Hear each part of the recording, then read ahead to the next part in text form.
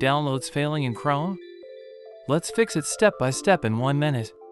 First, confirm the download failed error in Chrome's download bar. Step 1. Clear cache. Open History, choose Clear Browsing Data, select Cached Images and Clear. Step 2. Disable extensions. Go to Chrome//extensions and toggle suspicious add-ons off. Step 3. Temporarily disable antivirus or allow Chrome downloads, then retry. Step 4. Update Chrome. Open menu, Help, About Google Chrome and install any available updates.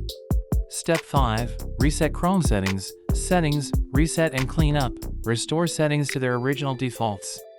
Step 6. Change your download folder, Settings, Downloads, then select a different folder and save.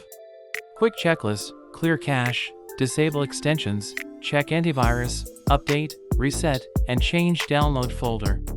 Restart Chrome or your PC if issues persist, then try the download again. If downloads still fail, try incognito mode or contact Google support with the error details. That's it, troubleshooting complete. Save this checklist and subscribe for more quick fixes.